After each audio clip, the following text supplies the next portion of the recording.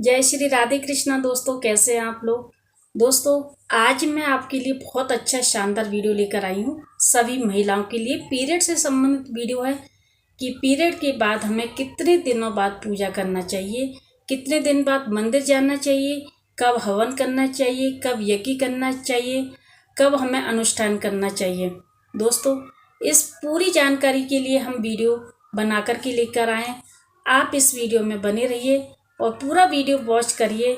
थोड़ा धैर्य के साथ समय निकालिए इस वीडियो को जानने के लिए। तो आगे बढ़ते हैं इस वीडियो में, चलिए। तो आज मैं आपको बताने जा रही हूँ पीरियड के दौरान हमें पूजा पाठ अनुष्ठान मंदिर कितने दिनों बाद जाना चाहिए और पूजा कितने दिनों बाद करना चाहिए। इसके बारे में मैं आज आपको पूरी जानकारी दूंगी। वीडियो के लास्ट तक बने रहना। अगर आपने मेरे वीडियो को स्किप करके देखा तो कुछ भी समझ में नहीं आएगा।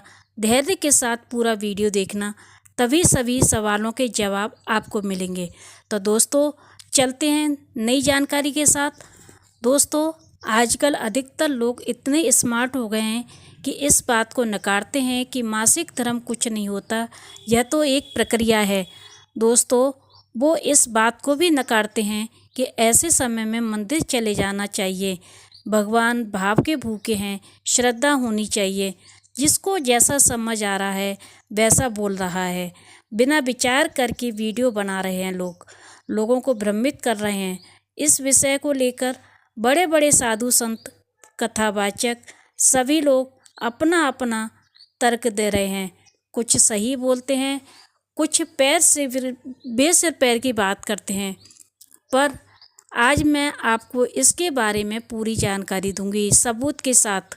बस आप इस वीडियो में अंत तक बने रहिए और वीडियो में पता चल जाएगा कि हमें मंदिर कब नहीं जाना चाहिए और पीरियड के कितने दिनों के बाद हमें मंदिर जाना चाहिए। दोस्तों, घर पर पूजा करें। आप मेरे साथ बने रहिए और पूरा वीडियो देखें और फिर आपको पता चल जाएगा कि पीरियड के दौरान हमें किन किन बातों का ध्यान रखना चाहिए, जो हमारे पूर्वजों ने हमें सारी बातें बताई थी कि हमें कैसे रहना चाहिए, हमें उन चीज़ों को कैसे फॉलो करना चाहिए, उनके कहे अनुसार हमें चलना चाहिए। आज मैं आपको वीडियो के माध्यम से बताती हूँ। आजकल जो लोग उल्टी सीधी शिक्षा दे रहे हैं उनसे मैं बहुत आहत होती हूँ। मन काफ़ी विचलित होता है। दोस्तों, अगर आपको मुझ पर विश्वास है तो मेरे कही हुई बातों पर चलना। चलिए आगे बढ़ते हैं।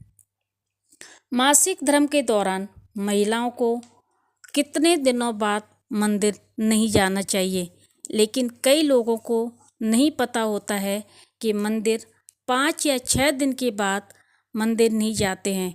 उनको इस बात की पूरी जानकारी नहीं है कि मंदिर कब जाना चाहिए। लोगों को इतने दोष लगते हैं कि उन्होंने कहाँ गलती करी है। मासिक धर्म को पढ़े लिखे लोग नकारते हैं।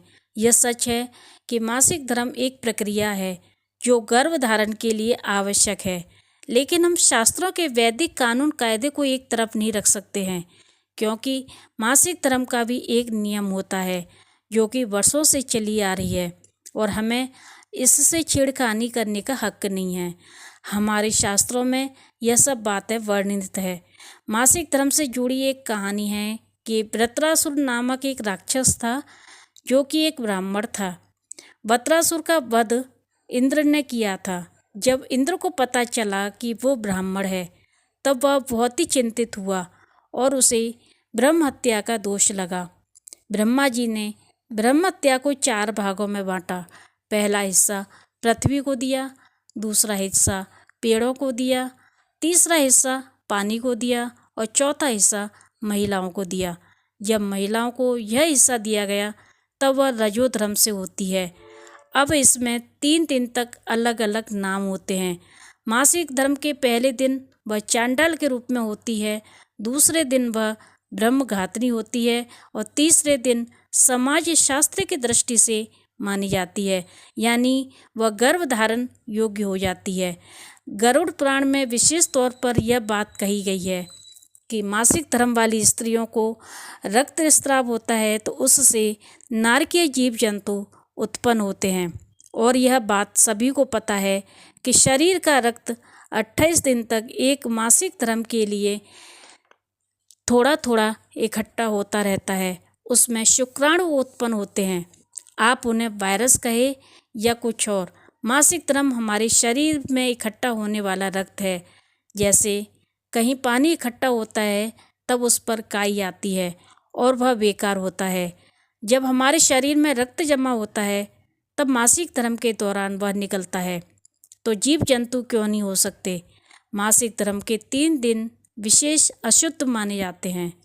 3 दिन तक विशेष देवी देवता की पूजा नहीं करें, ना ही मंदिर जाएं। मंदिर के आसपास भी नहीं रहना चाहिए। कोई भी अनुष्ठान नहीं करना चाहिए। यज्ञ हवन आहुति भी नहीं करनी चाहिए। किसी धार्मिक आयोजन में भी भाग नहीं लेना चाहिए। 3 दिन के बाद शुरू होता है सामान्य जीवन। उसमें भी अभी पूजा पाठ नहीं कर सकते। सामान्य जीवन में भी केवल गृह कार्य कर सकते हैं। हमारे पूर्वज बहुत ज्ञानी थे जो इन नियमों का पालन करते थे। और नियम के अनुसार कहा गया है कि मासिक धर्म वाली स्त्री 7 दिन तक धार्मिक अनुष्ठान के लिए नहीं मानी जाती है, अर्थात धार्मिक कार्य के लिए योग्य नहीं मानी जाती है। दोस्तों, 7 दिन तक वह अशुद्ध मानी जाती है। 7 दिन बाद वह स्नान आदि करके ही धार्मिक अनुष्ठान की योग्य हो जाती है। घर पर पूजा कर सकती है, अपने ठाकुर जी को स्नान करा सकती है, रसोई में भगवान के लिए भोजन बना सकती है, दीपक जला सकती है। 7 दिन से पहले यह सारे कार्य निषेध माने जाते हैं। 7 दिन के बाद अच्छे से सिर धोकर स्नान करने के बाद मांग में सूखा सिंदूर लगा सकती हैं, पूजा आरंभ कर सकती है। यह बातें हमारे पूर्वजों द्वारा बताई गई बातें हैं। इन सभी बातों को जरूर माननी चाहिए, क्योंकि इस बातों के पीछे कई कारण होते हैं। अक्सर आपने देखा होगा कि लोगों के साथ अनहोनी हो जाती है, वो सब दोष के कारण होता है। दोष हम खुद ही लाते हैं और भगवान को दोष देते हैं। अगर आप मंदिर जाते समय यह बात छिपाओगे तो दोष ही लगेगा। दोष भी छोटे मोटे नहीं होते हैं, दोष बहुत बड़े होते हैं। अगर घर में दोष लगता है तो पूरा का पूरा घर बिखर जाता है। जब आपके घर में भयंकर संकट आता है तब आप घबरा जाते हो। इसलिए मासिक धर्म के दौरान कोई भी बेईमानी नहीं करें। इन चीज़ों की बेईमानी कभी नहीं करें, क्योंकि हम बिना बताए धार्मिक आयोजनों में प्रवेश तो कर लेते हैं, यह सोचकर कि किसी को पता नहीं चलेगा, लेकिन आप भूलते हो कि भगवान सब देखता है।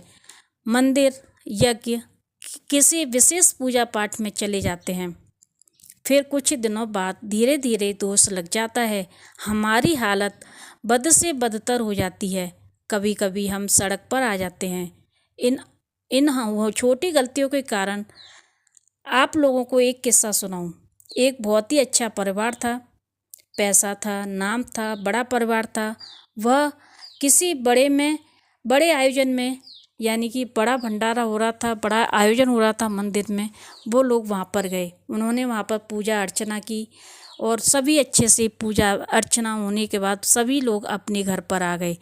खूब उनका मन लगा था पूजा में, उन्होंने खूब पूजा पाठ की थी, खूब दान पुण्य किया था, खूब भंडारा किया था। वो लोग घर पर आ गए। कुछ महीनों बाद उस घर की हालत ऐसी हो गई थी कि वो दाने दाने को मोहताज हो गए। अब आप सोच रहे होंगे कि इतना अच्छा उन्होंने प्रोग्राम किया था मंदिर में, तो ऐसी हालत कैसे हो गई। दोस्तों, उस मंदिर में वो गए और पंडित जी से उन्होंने बात करी, तो पंडित जी ने पूछा कि आपकी घर की किसी महिला ने मासिक धर्म से जुड़ी कोई बात छिपाई तो नहीं है। जब महिलाओं से पूछा तो किसी महिला ने उत्तर में हाँ कर दी। तब पंडित जी ने कहा कि आपके यहाँ पर पूजा के फल पर दोष लग गया है, यानी कि पूजा का जो फल मिलना था उसकी जगह आपको दोष लग गया है। दोष हटाने के अनेक उपाय किए। 5 साल बाद दोष हटा, गाड़ी पटरी पर धीरे धीरे आने लगी। तो दोस्तों, कहने का मतलब है कि इसका सबसे बड़ा दोष होता है। इसीलिए किसी की भी बातों में मत आइए। लोग कहते हैं कुछ नहीं होता, कुछ नहीं होगा कहकर टाल देते हैं। दोस्तों, आप खुद ही सोचिए, इस अवस्था में अगर आप भगवान की पूजा करोगे, क्या फल मिलेगा? नहीं मिलेगा। फिर वो लोग क्या करते हैं, मॉडर्न बनने के चक्कर में फिर बाद में पछताते हैं। इसीलिए आप लोग ये गलतियां कभी मत करना। दोस्तों, मेरी दी हुई जानकारी अगर आपको अच्छी लगी हो तो इसे आगे शेयर करना, क्योंकि किसी के काम की वीडियो हो सकती है, उससे फ़ायदा हो तो आपको भी पुण्य मिल जाएगा। अगर वीडियो आपको भी अच्छी लगी हो तो इसे सब्सक्राइब करना, लाइक करना, शेयर करना। जय माता दी, जय श्री राधे कृष्णा।